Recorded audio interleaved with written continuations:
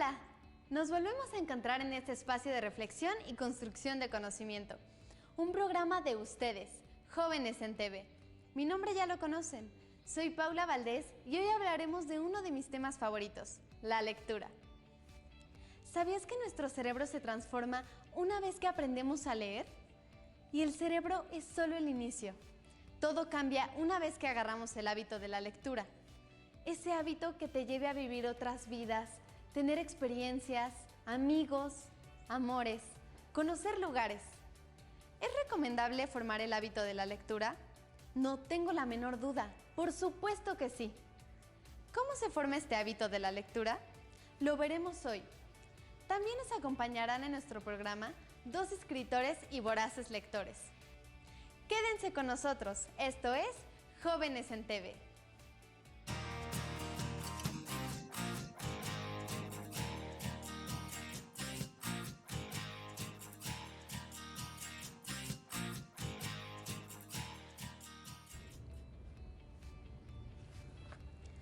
Nuestra especie aprendió a leer para sobrevivir.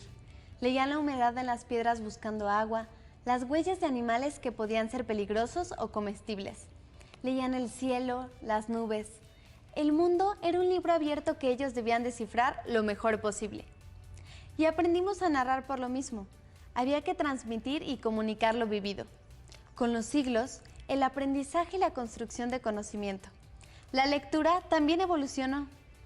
Se crearon los alfabetos, las lenguas, los idiomas, y nuestra especie seguía necesitando historias y compartiendo historias y conocimiento. El libro impreso debió de ser uno de los inventos que más abrió los horizontes de nuestra especie. Leer contribuye a la plasticidad cerebral, desarrolla nuestra capacidad para concentrarnos y más allá de la gran experiencia contenida entre sus páginas, nos hace mucho bien. Aumenta nuestra empatía por las personas. Cuando nos conmovemos por los personajes y sus conflictos, algo de ellos queda en nosotros. Para algunos científicos, la curiosidad es un rasgo tan importante que puede determinar el éxito académico en áreas como las matemáticas y la lectura. Todos podemos ser lectores, incluso buenos lectores. Solo necesitamos curiosidad, y esta todos la poseemos. Todos tenemos curiosidad en mayor o menor medida, dependiendo de nuestros intereses, vocaciones, gustos y hasta estados de ánimo. De lo que se trata es de escuchar los llamados de la curiosidad, no ignorarlos y atenderlos. Si la curiosidad quiere saber algo, investiguemos y demos respuesta. Como todo, formar el hábito de la lectura inicia con los primeros movimientos. Tomar un libro que nos interese, observarlo, sopesarlo, olerlo, abrirlo y comenzar la lectura. No hay prisa, sin obligación, sin imposición de nada ni nadie. Solo por el puro gusto de leer. Si tienes curiosidad, los invitamos a leer los siguientes 3 inicios de 3 novelas. ¿Sabías que para los escritores el párrafo más importante y quizá el más difícil de escribir es siempre el inicio de su novela? En pocas líneas, busca atrapar al lector, presentar al personaje y su conflicto, establecer el tono que tendrá la historia. A continuación, el inicio de 3 novelas contemporáneas mexicanas. Él sabía de sangre y vio que la suya era distinta. Se notaba en el modo en el que el hombre llenaba el espacio, sin emergencia y con un aire de saberlo todo, como si estuviera hecho de hilos más finos. Otra sangre. El hombre tomó asiento a una mesa y sus acompañantes trazaron un semicírculo a sus flancos. Daniel desapareció 3 meses, 2 días, 8 horas después de su cumpleaños. Tenía 3 años, era mi hijo. La última vez que lo vi, estaba entre el sube y baja y la resbaladilla del parque al que lo llevaba por las tardes. No recuerdo más. ¿O sí? Estaba triste porque Vladimir me avisaba que se iba porque no quería abaratar todo. Abaratar todo como cuando algo que vale mucho se vende por 2 pesos. Nadie está nunca preparado para Orange Road. Esa sentencia de Truman aumentó mi intriga por la carretera de la que tanto escuché a puerta cerrada. Sabía que se internaba en el desierto bajo el sol ardiente. Orange Road es recta, leí una vez, con un solo punto de fuga hacia el misterio. Sin embargo, Truman agregó que quienes se inquietasen por definir la idea, el ello en la idea de la línea recta, idem del avance, se perderían mucho antes de llegar ahí. Estamos con Pedro Camacho, psiquiatra, psicoanalista grupal y adictólogo. Bienvenido, Pedro. Platícanos sobre la lectura y nuestro cerebro. ¿Qué pasa en nuestro cerebro cuando leemos? Fíjate que es un fenómeno muy interesante, porque nosotros tenemos en nuestro cerebrito, en muchas partes del cerebro, que se encarga justamente de la ponderación emocional y del procesamiento de imágenes. Así ocurre en nuestro cerebro. Y cuando nosotros estamos evaluando la lectura, entonces se prenden muchas áreas del sistema cerebral. Estas diapositivas que ahorita les estoy compartiendo solamente sirven para que les vaya guiando a través de esta pequeña plática sobre cómo ocurre el procesamiento cerebral.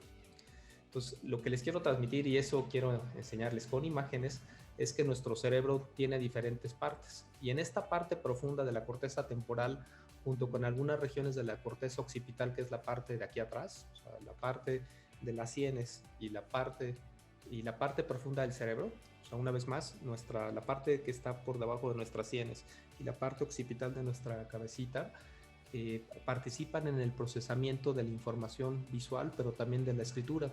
Y entonces cuando nosotros estamos leyendo, se prenden las regiones de la memoria que tenemos en nuestra corteza temporal, pero también todo el cerebro para poder procesar lo que estamos imaginando mientras estamos leyendo. Y simultáneamente, mientras estamos haciendo esto, fomentamos la imaginación para que nuestro cerebro comprenda mejor lo que está ocurriendo. ¿Qué beneficios tiene para el cerebro la lectura? ¿Y cómo nos beneficia en nuestro cotidiano? Cuando uno está leyendo sería algo muy similar a cuando está entrenando con el ejercicio, con la única salvedad de que cuando el músculo que estamos entrenando es el músculo cerebral. Y cuando estamos entrenando el músculo cerebral, lo que hacemos es fomentar las conexiones entre neuronas, y entre más conexiones entre neuronas tenemos mayor capacidad asociativa. Y en la medida que tenemos mayor capacidad de asociación, entonces podemos promover la inteligencia, y no solamente la inteligencia cognitiva, sino también la inteligencia emocional. Porque cuando estamos leyendo cotidianamente estamos entendiendo historias y podemos comprender de qué manera se relacionan diferentes personas. Entonces, cuando tú, compañerito, compañerita, que nos estás haciendo el favor de vernos, o las personas grandes, lo que acaba ocurriendo es de que nuestro cerebro empieza a procesar nuevas maneras de cómo integrar información y generando nuevas soluciones. Entonces, contestando a tu pregunta, lo que se promueve es la creatividad, y no nada más la creatividad hay que pensarlo como una parte cognitiva, sino también en cómo damos nuevas respuestas emocionales a los problemas de toda la humanidad. A veces cuando leo ficción, me pasa que siento como si yo estuviera ahí, viviendo la historia, el drama. El recuerdo de la lectura parece ser un recuerdo muy real. ¿Por qué pasa esto? Es correcto. Lo que pasa es que cuando nosotros estamos utilizando la lectura, también obtenemos información de la memoria, y es como sacarla de la memoria del disco duro de tu computadora, la jalas y la traes a la memoria RAM y la puedes procesar en la pantalla. El mismo proceso que ocurre, o muy similar al proceso que ocurre en una computadora, ocurre en nuestro cerebro. Entonces nosotros podemos imaginar hipotéticamente dentro de nuestra imaginación lo que está ocurriendo mientras estamos haciendo un viaje intergaláctico. Entonces, una vez más volvemos a lo mismo, se promueve la creatividad para encontrar mejores soluciones. Pero no nada más eso, o sea, por ejemplo, algunos niños que, por ejemplo, no les fue tan bien en la vida, o que no tienen tanto dinero, la imaginación nos permite transportarnos a esos lugares que nunca hemos conocido. Entonces es maravilloso. O sea, nosotros como psiquiatras y terapeutas utilizamos mucho el recurso de la imaginación para hacer que la gente que no tiene determinada cosa la pueda construir. Es maravilloso. La humanidad es humana propiamente dicha, y nos diferenciamos de otros animales porque podemos imaginar y proyectar a futuro lo que no tenemos en el presente. Además de ser un reconocido psiquiatra, sabemos que eres un amante de la lectura. ¿Podrías decirnos cómo te iniciaste en la lectura? Pues eso sí, no tanto. Fíjense que la verdad para mí, debido a que yo no tengo muy buena atención visual, el poder leer ha sido muy difícil para mí. De hecho, cuando me hiciste el favor de ofrecerme esta entrevista, te lo agradezco, me dio miedo, porque dije, híjole, ¿qué les voy a decir que no leo? Y dije, pero pues eso fue lo que me tocó, no les voy a andar diciendo mentiras. Pero no, yo empecé a ser lector ya muy grande y predominantemente de lo que más me gusta leer es de mi pasión, que es el psicoanálisis y la ciencia, o la ciencia del psicoanálisis y la historia. Pero la manera como más leo es escuchando. O sea, yo escucho muchos podcasts y escucho muchos audiolibros porque mi atención auditiva es mucho mejor que la atención visual. Entonces, aunque no estamos muy acostumbrados a mencionar la palabra lectura, lo que no es a través de los ojos, también podemos escuchar información. Y lo que a mí más me gusta leer es de mi pasión, que es la ciencia y de la ciencia en general, en realidad, y de las novelas o de la literatura universal. Yo creo que leo unos 3 o 4 libros al año, lo cual es poquito, pero bueno, algo es algo. ¿Y qué papel juegan los libros en el aprendizaje virtual que tenemos hoy en día? Es indispensable. Hay personas que han apuntado desde hace 20 años que los libros impresos van a desaparecer, pero yo no creo eso. Yo creo que el papel del libro impreso es indispensable en la cultura actual porque nos permite tener en la mano algo tangible para poder leer lo que estamos queriendo, lo que estamos imaginando. Conozco muchas personas que inclusive les gusta el olor del libro. Particularmente a mí me gusta ir a las librerías de viejo y oler cómo huelen los libros, pero no me gusta tener libros en mi casa. A mí me gusta más la opción de poder tener libros digitales, tanto para poderlos escuchar, como les comento, o para poderlos leer y hacer anotaciones. Entonces, ya finalmente digo, contestando esta última pregunta, me gustaría hacer mucho énfasis en que la cultura de toda la humanidad ha quedado almacenada en medios gráficos desde hace más de 5.000 años. Existen registros, de hecho desde hace más de 15.000 o 20.000 años, existen registros en las cavernas en las cuales nosotros pintamos símbolos en las cuevas a través de agarrar pintura y soplarla y dejar una mano pintada en la pared. O sea, como si lo hubiera puesto aquí en la pared y le hubiera soplado y dejo una mancha. Pero ya registros gráficos sobre información cognitiva para poder ser transmitida a manera de lectura, eso empezó a existir más o menos en el 3500 a.C. En las culturas de Mesopotamia y de los asirios.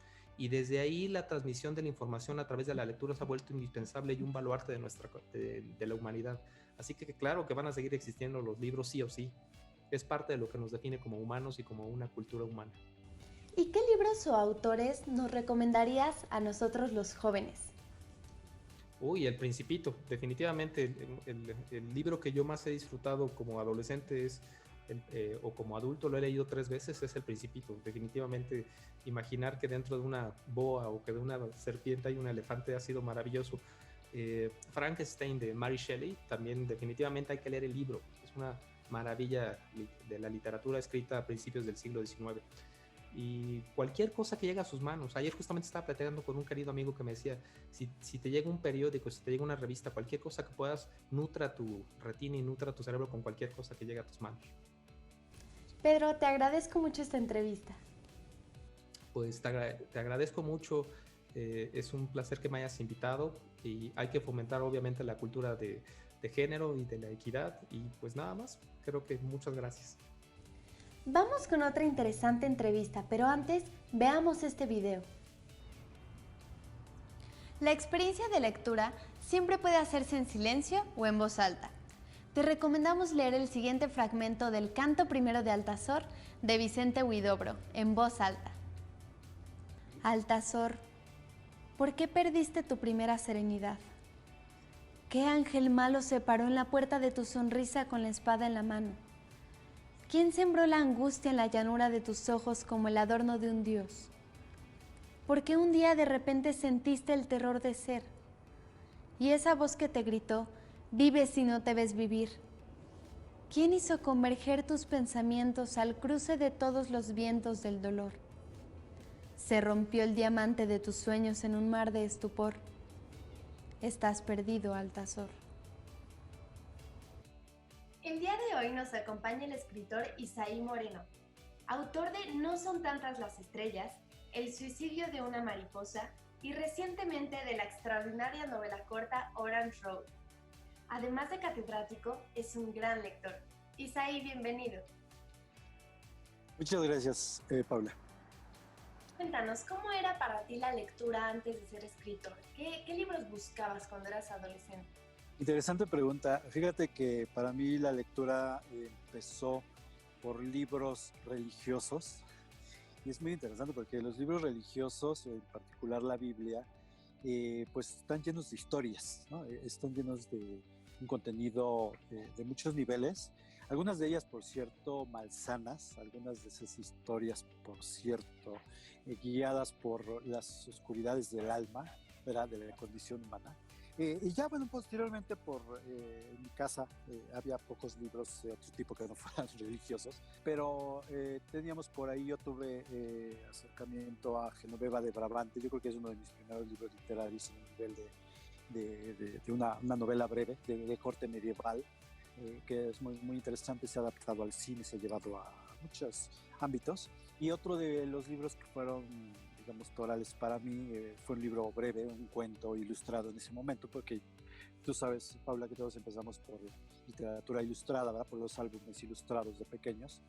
Y entonces me acuerdo que ese libro era uno que, bueno, en español se llamaba Juan y Margarita, que no era otro que la historia de Hansel y Gretel. Entonces para mí, bueno, yo crecí como permeado, como guiado por Hansel y Gretel. Para mí es hasta la fecha un libro, un cuento fundamental, porque además de que refleja mucho del imaginario de las leyendas de la Europa, pues también medieval, tiene pues casi todo lo que podemos explicar, lo podemos explicar a partir de dos niños perdidos en un bosque que llegan a casa de una bruja, etcétera, y que estaban confrontando esta idea del bien y del mal, ¿no? Si la bruja se los va a comer o no. Y una idea que no me ha dejado de fascinar nunca es ese sendero de migajas, ¿no? Que dejaron los niños para guiarse cuando se les acabaron las piedras, pero que las migajas se les comieron los pájaros y ya no pudieron volver, se cayeron, etc. Entonces me parece una obra fundamental y que por supuesto yo recomendaría a todo joven lector, sin pasar de nuevo, sin soslayar la Biblia, por ejemplo, los 4 evangelios, que son 4 versiones de una misma historia. Y es fascinante cuando leemos una historia orientada, pero contada en 4 versiones, ¿no? Enriquecedor en todos los sentidos posibles. Pero bueno, ese es, digamos, mi arranque como lector de muy joven. ¿Y consideras que cambió tu proceso de lectura cuando te volviste escritor? Claro, de entrada el mismo proceso de lectura cambió, ya que empecé a conocer muchos más libros ya en la adolescencia, en mi juventud, que tenían que ver ya pues con temas que, bueno, a mí se me prohibían en mi familia de entrada. No podía leer cosas que no tuvieran que ver con la Biblia o con la religión, pero que después uno, a lo mejor se hace más fascinante cuando es prohibido, ¿no? Cuando algo te es negado, denegado, porque te invita a explorarlo en el nivel de la prohibición, vamos, desde el nivel de la prohibición. Entonces, claro, desde la misma lectura, antes de dedicarme a escribir, varió, por supuesto, mi concepción de la lectura, ya conociendo lecturas de muy alto contenido, como, pues, por supuesto, la literatura de Juan Rulfo, cuando una vez que 100 años de soledad, bueno, para mí fue un antes y un después, sin duda alguna.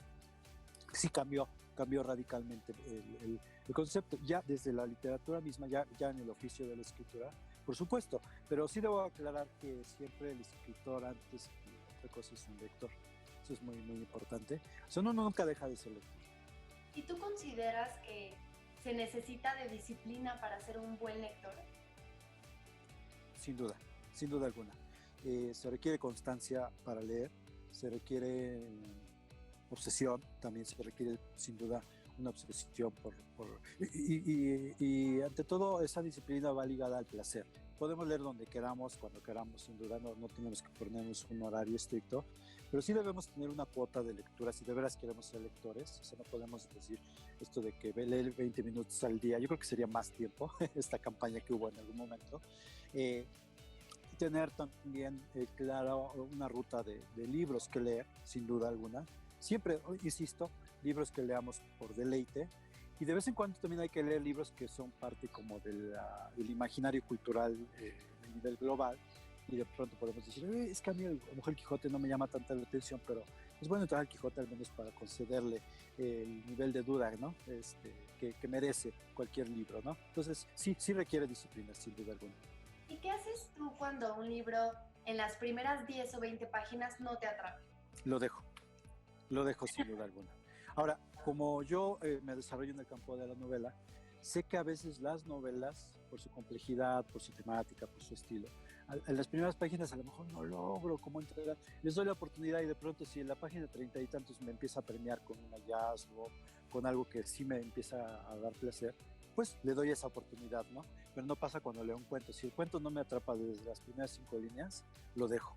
Y este es un derecho del lector, que si un libro, desde las primeras páginas, tú hablabas más o menos de esta nos fascina, no nos transmite una expectativa o no está cumpliendo con esa expectativa que ya teníamos del libro, tenemos todo el derecho de abandonarlo. Y hay muchos más libros, ¿no? La vida es muy breve para abarcar todo lo que se ha escrito y publicado. Hay muchos más libros, entonces sí, efectivamente se puede abandonar la lectura en algún momento. Yo lo hago cuando merita. Y hablando de esta gama que mencionas de la cantidad de libros que hay, ¿nos podrías hablar de qué es un género literario y qué tiene que ver con el lector? Por supuesto. Mira, el género literario se diferencia de otros géneros, como por ejemplo el género informativo, el periodismo, la historia, en general, todo lo que tenga que ver con transmitir comunicación, información, se diferencia de todos los demás en el nivel justamente de que privilegia en el lenguaje, una indagación al lenguaje, pero una indagación que nos provoque como lectores un nivel de extrañeza, de que si yo te comunico una noticia, por ejemplo, una noticia del periódico, pues simplemente te la estoy comunicando, pero si yo te la narro desde una intención literaria, voy a buscar que tenga un nivel, puede ser en el estilo, que haya una belleza en el modo de contarlo, o incluso que me perturbe, ¿no? Que me perturbe incluso más allá de lo que ocurrió en la realidad, porque voy a especular. Y entonces, sin duda, lo literario busca lo que algunos maestros llaman el nivel de extrañamiento. Sí, que es algo un poco raro el modo en que me lo cuentas, pero justo por ese modo raro en que me lo cuentas, me interesa.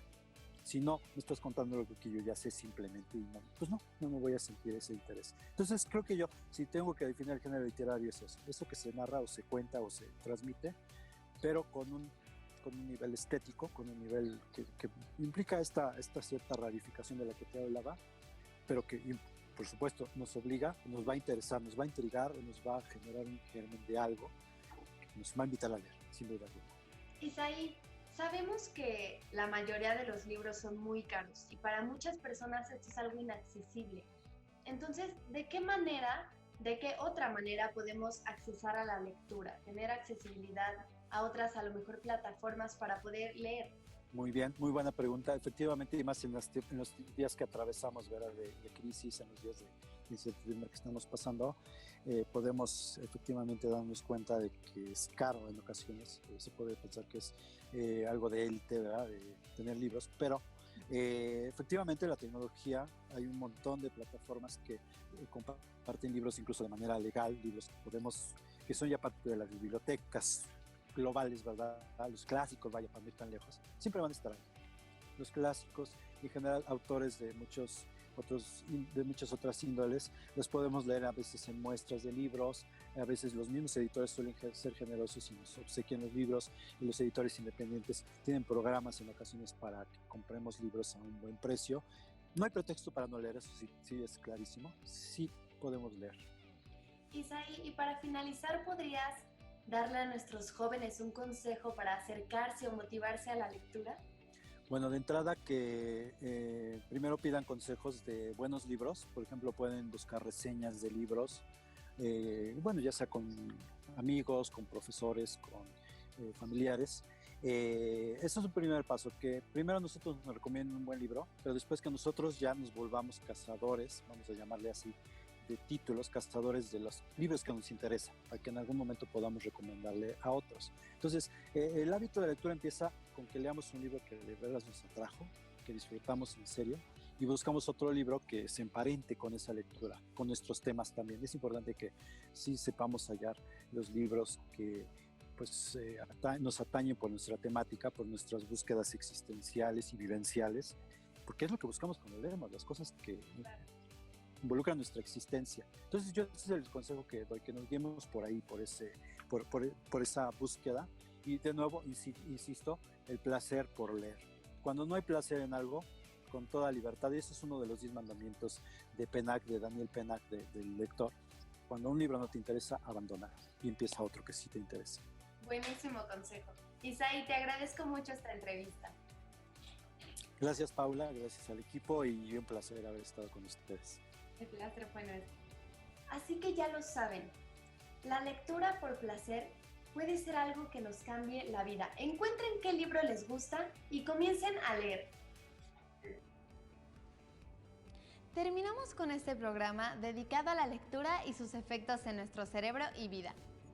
Ya sea cuento, novela, poesía, cómic, ensayo, ficción o no ficción, divulgación científica, periodismo, aventúrate a leer y descubre a ti qué te gusta leer. Lee en silencio, lee en voz alta, lee en el metro o lee en tu cama.